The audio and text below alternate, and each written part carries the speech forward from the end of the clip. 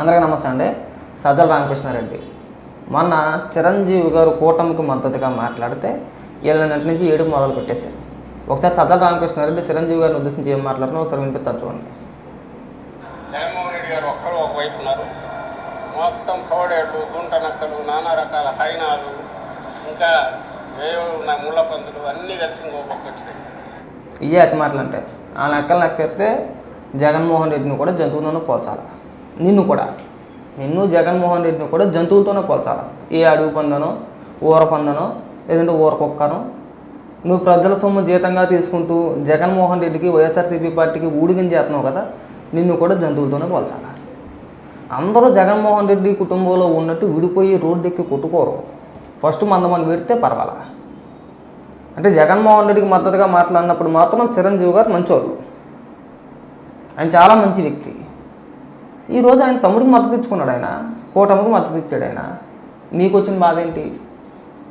సజ్జల రామకృష్ణారెడ్డి గారు ఊర్లో ఒక పిచ్చ కుక్కను తరమాలన్నా సరే 10 మంది ఏకమయ్యే తరుముతారు. అంత మాత్రాన కుక్క ఏదో పెద్ద పులినో సింహం అని చెప్పేసి అనుకోమాకండి. అలాగే మీరు కూడా అంతే. రాష్ట్రానికి పట్టిన పీడ అంటే శని అనుకోవాలా. రాష్ట్రానికి పట్టిన దరిద్రాన్ని వదిలించాలంటే 10 మంది కలుపుతారు, అందులో తప్పేమీ లేదు. పోనీ ఏ రాజకీయ పార్టీ అయినా సరే మేము వైఎస్ఆర్సీపీ పార్టీతో పొత్తు పెట్టుకుంటాం అని బహిరంగంగా స్టేట్మెంట్ ఇచ్చిన ఒక్క పార్టీని చూపించు. ఒక్కరో ఎందుకు పొత్తు పెట్టుకోరు మీతోటి? ఎందుకు లేరా బాబు, వాళ్ళే అవినీతిలో ఉన్నారు, ఆల్రెడీ జైలుకి వెళ్ళి వచ్చిన వ్యక్తి, అదొక అవినీతి పార్టీ, ఆ పార్టీతో పొత్తు పెట్టుకుంటే వాళ్ళు కూడా అలాగే చూస్తారు అని.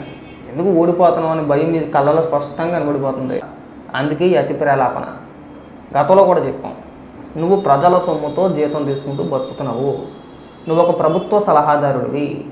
నువ్వు జగన్మోహన్ రెడ్డికి ఊడిగం చేయాలన్నా వైఎస్ఆర్సీపీ పార్టీకి ఊడిగం చేయాలన్నా ప్రభుత్వ సలహాదారుడిగా రాజీనామా చేసి తర్వాత చేసుకో అని చెప్పేసి మాట్లాడితే జగన్మోహన్ రెడ్డి సింహం, మిగిలిన వాళ్ళందరూ జంతువులు. ఆ లెక్కైతే జగన్మోహన్ రెడ్డి నువ్వు కూడా జంతువులే. మేము కూడా అనగలం జగన్మోహన్ రెడ్డిని ఊర పొందానో ముళ్ళ పొందానో లేదంటే ఊర కుక్కనో. నిన్ను కూడా ప్రజల సొమ్ముతో బతుకుతూ నువ్వు జగన్మోహన్ రెడ్డి ఊడిగం చేస్తున్నావు కదా, ఆ లెక్కైతే నువ్వు కూడా ఒక జంతువువే. నిన్ను కూడా మేము పందులతోనో కుక్కలతోనో పోల్చాలా. చాలా చండాలంగా ఉంటుంది.